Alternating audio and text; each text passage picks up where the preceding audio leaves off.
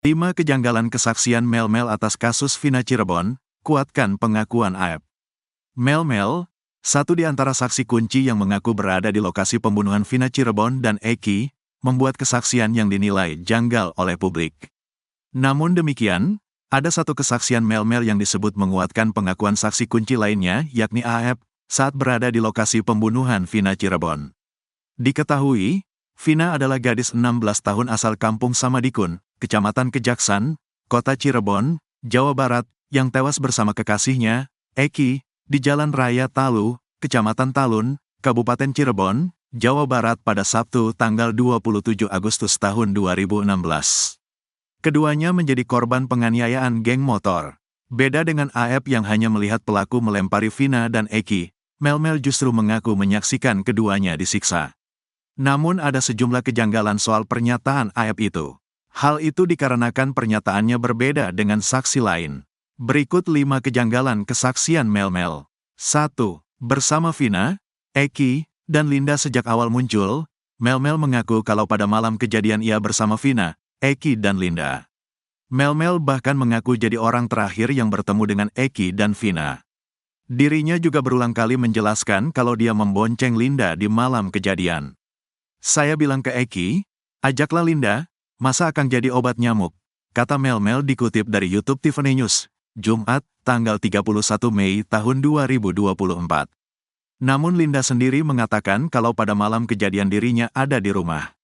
Linda bahkan sudah lama tidak bertemu dengan Vina dan Eki. Ada sekitar 6 bulan, tidak bertemu, kata Linda. Pun pada berkas putusan, sosok yang terakhir bersama Vina dan Eki adalah Liga Akbar Cahyana atau Gaga Awot. Gaga Awot dalam BAP bahkan mengaku ikut dilempari batu oleh para pelaku di depan SMPN 11 Cirebon. Pada kesaksiannya, Gaga Awot mengaku hanya sendirian di motor, tidak membonceng siapapun termasuk Linda.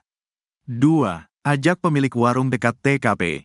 Mel-Mel di dekat lokasi kejadian mengaku melihat ada warung, bahkan sempat mengajak pemilik warung menghampiri para pelaku. Kesaksian Mel-Mel ini sama dengan Aep, yang mengaku membeli rokok di sebuah warung dekat TKP. Di SMP 11 saya taruh motor di situ, karena di antara beberapa yang masuk gang itu saya lihat, kata Mel-Mel. Mel-Mel pun mengatakan kalau ada warung kecil yang buka pada malam kejadian.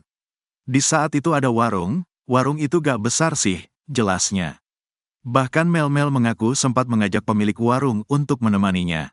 Tapi dia gak berani, karena dia gak berani ya udah saya langsung masuk ke dalam ngendap-ngendap, tutur Mel-Mel. Sementara itu warga sekitar, Ferry menegaskan kalau di dekat TKP tidak ada warung yang buka hingga malam hari. Ferry bahkan menantang Aep untuk menunjukkan warung di mana dirinya membeli rokok. 3. Melihat penyiksaan selama 1 jam. Pada kesaksiannya itu Mel-Mel mengaku menyaksikan Vina dan Eki disiksa selama 1 jam. Kurang lebih sejaman, saya sudah gak ingat jam, pikiran saya tidak karuan pada malam itu, ungkap Mel-Mel. Mengaku melihat penyiksaan selama sejam, Mel-Mel itu tidak melaporkan hal itu kepada warga sekitar. Pada saat itu sepi gak ada sama sekali orang, ujarnya. 4. Pelaku lebih dari 10 orang. Mel-Mel juga membuat kesaksian kalau pelaku yang menyiksa Vina dan Eki jumlahnya lebih dari 10 orang. Sekitar 10 lebih lah, saya gak ngitung pada saat itu, kata dia. Dirinya mengaku melihat para pelaku pertama kali menyiksa Eki terlebih dahulu. Pertama disiksa itu Eki, sempat saya mau maju tapi takut karena posisi saya sendirian. Setelah Eki dipukul, sudah tidak bergerak, baru Vina ini disiksa, ungkapnya. Sementara itu, Dirkrimum Polda Jabar Kombes Surawan mengatakan kalau pelaku sebenarnya hanya ada 9 orang. Bahkan 2 DPO lain sudah dihapus. Itu, 2 DPO lagi, hanya asal bunyi, jelasnya. 5. Melihat Saka Tatal dan Ucok. Kepada publik, Mel-Mel mengaku bisa melihat wajah para pelaku dengan jelas saat menyimpan Vina dan Eki di TKP Flyover Talun. Mel-Mel mengatakan kalau beberapa terpidana yang dipenjara saat ini ada di lokasi kejadian. Bahkan Mel-Mel mengaku melihat Saka Tatal. Saka Tatal ada, saya bisa mempertanggungjawabkan. Saka Tatal terus yang saya tahu di Ucok. Entah siapa panggilannya di geng motor saya nggak tahu, kata dia. Pada pengakuannya, Saka Tatal menegaskan kalau dirinya tidak ada di TKP. Bahkan Saka mengklaim dirinya sebagai korban salah tangkap. Ketua XTC bongkar kebohongan terpidana Ucil, pastikan bukan anggota geng motor. Ketua XTC Cirebon membongkar kebohongan Rivaldi Aditya Wardana alias Andika alias Ucil, terpidana kasus pembunuhan Vina dan Eki. Ternyata Ucil bukan anggota geng motor yang sama dengan Eki. Padahal di akun Facebooknya, Ucil mengaku kalau dirinya merupakan anggota geng motor XTC. Di bio Facebook, Ucil menulis kalau dirinya anggota XTC 007 Jawara Cirebon. Nyatanya, tidak ada anggota geng motor XTC yang mengenali sosok Ucil. Sementara Eki diketahui merupakan anggota XTC 04 Sumbar. Pada beberapa fotonya, Eki terlihat sering berkumpul dengan anggota geng motornya. Bahkan Eki dan Vina juga beberapa kali terlihat memakai jaket XTC. Saat malam kejadian hari Sabtu tanggal 27 Agustus tahun 2016, Vina bahkan disebutkan saksi sedang memakai jaket XTC. Begitu juga pada foto di TKP Flyover Talun yang beredar di media sosial, bagian rok Vina ditutupi oleh jaket XTC. Keanggotaan Eki di geng motor itu juga diakui oleh Ketua XTC Cirebon Alfianas. Betul almarhum Eki salah satu anggota kami, kata Alfiana dikutip dari YouTube Tiffany News, Kamis, tanggal 30 Mei tahun 2024. Namun Alfianas memastikan kalau para pelaku termasuk Ucil bukan anggota geng motor XTC. Kalau para pelaku, 8 terpidana maupun Pegi yang ditangkap, dari XTC tidak ada yang mengenal, tegasnya. Bahkan menurut dia, 4 geng motor yang ada di Cirebon tidak mengenali mereka. Keempat geng motor itu diantaranya, XTC, GBR, Moonraker dan Konak, tidak ada yang mengetahui para pelaku dari geng motor mana.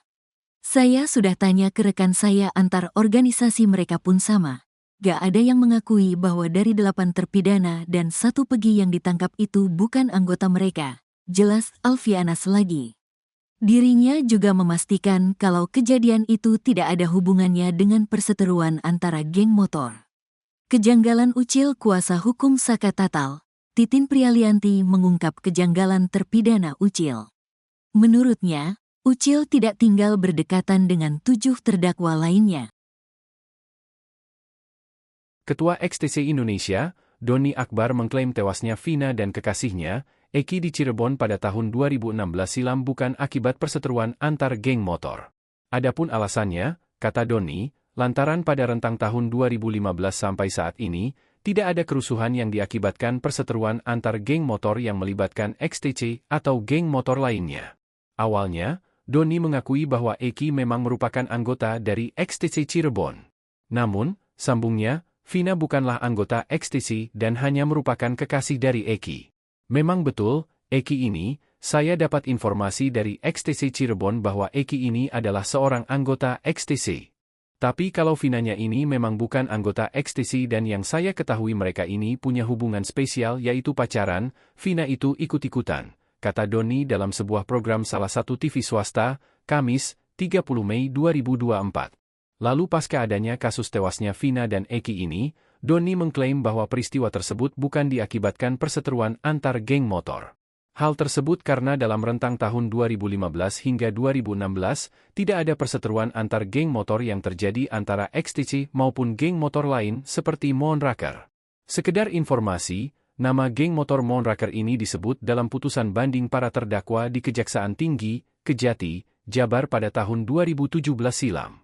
Kalau saya konfirmasi ke Ketua XTC Cirebon kemarin, pada tahun 2015 sampai saat ini, mereka tidak ada perseteruan atas nama kelompok motor itu tidak ada, ujar Doni. Ketua Umum XTC Indonesia Doni Akbar buka suara terkait kasus pembunuhan Vina dan Eki di Cirebon. Kasus pembunuhan ini disebut dalam berkas putusan melibatkan 2 kelompok geng motor. Kedua geng motor itu adalah XTC dan Moonraker. Menurut berkas putusan MA atas Rivaldi dan kawan-kawan, saat itu Andi meminta mengaku sedang ada masalah dengan anggota geng motor XTC.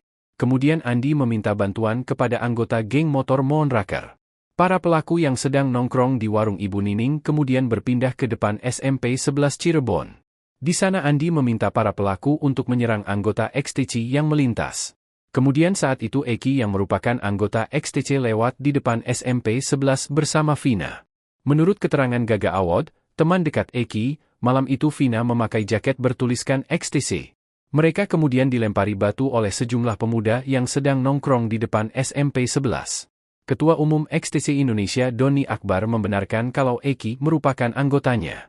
Doni yang baru menjabat di tahun 2019 ini sempat menanyakan ke anggotanya soal kejadian di tahun 2016. Menurut Doni Akbar, dirinya melihat ada dua kejanggalan soal adanya keterlibatan geng motor dalam kasus ini. Mulai dari pelemparan batu yang dilakukan pelaku kepada korban, hingga kejadian setelah peristiwa itu. Doni menjelaskan, berdasarkan pengalaman tidak mungkin geng motor menyerang anggota geng motor lain saat sedang sendirian. Hal itu menurutnya, justru akan membuat geng motor pelaku balik diserang habis-habisan. Pun setelah kejadian, kata dia, biasanya akan ada aksi balas dendam jika memang terjadi antara geng motor. Ia pun meragukan kalau Pegi merupakan anggota dari geng motor Moonraker. Sebab berdasarkan konfirmasinya ke anggota Moonraker, hal itu masih simpang siur.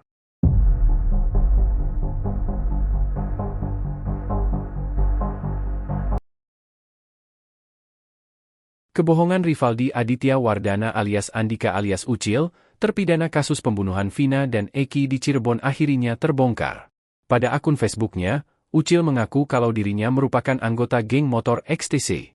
Hal itu terlihat pada keterangan di bio Facebook Ucil.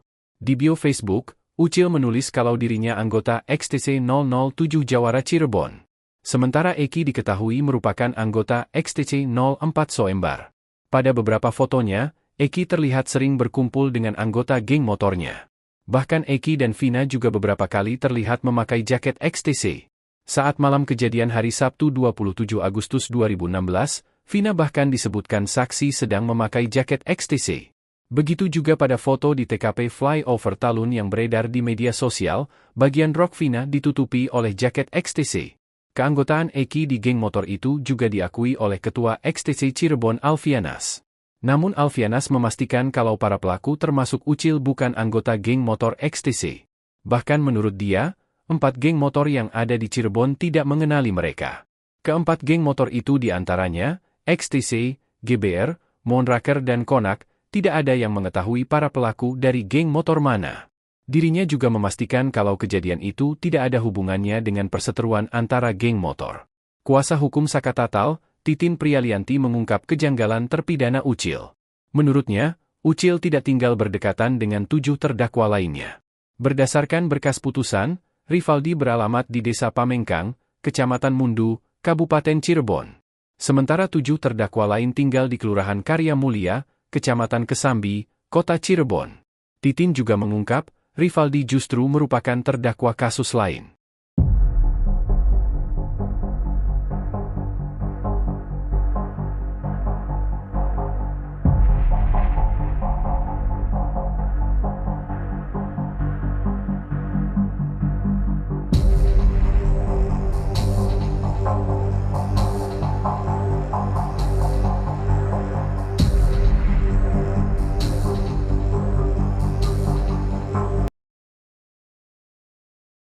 Prarekonstruksi kasus Vina Cirebon dengan tersangka Pegi Setiawan digelar di sejumlah tempat di Cirebon, Rabu, 29 Mei 2024. Ada pemandangan menarik saat polisi menggelar prarekonstruksi kasus pembunuhan Vina Dewi Arsita atau Vina Cirebon di Jalan Perjuangan, tepatnya di depan SMPN 11 Cirebon.